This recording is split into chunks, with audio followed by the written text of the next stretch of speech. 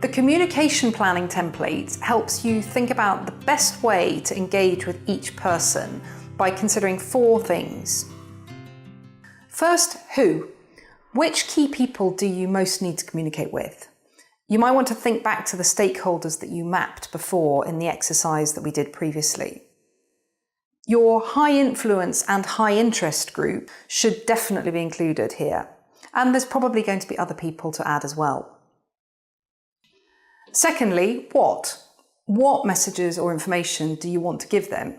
Your manager is probably going to receive different kind of messages than a key client, for instance. Thirdly, think about how. What's the most effective method going to be? So, for example, is it going to be face-to-face or email? What's going to work best for you?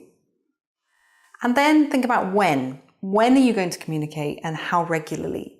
Some stakeholders are going to need much more constant communication than others who might just need more overall general updates from time to time.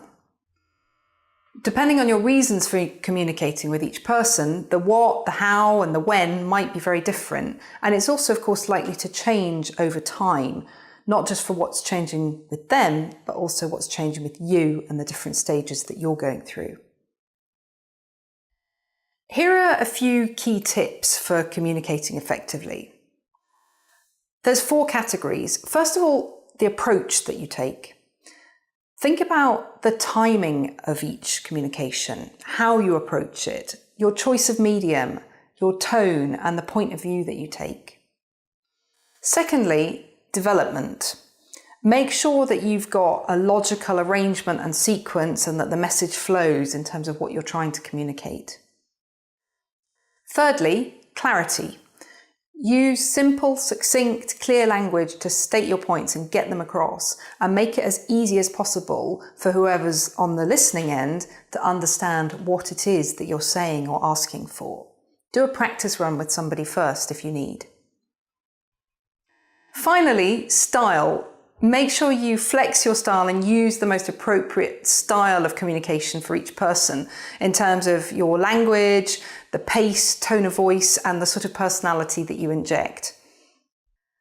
Time and time again, I have found that great communication with key people is really about the most important thing that you can do to ensure a smooth transition to your leave. And it's going to be as well really important in continuing to develop your personal brand, your network, and indeed your longer term career.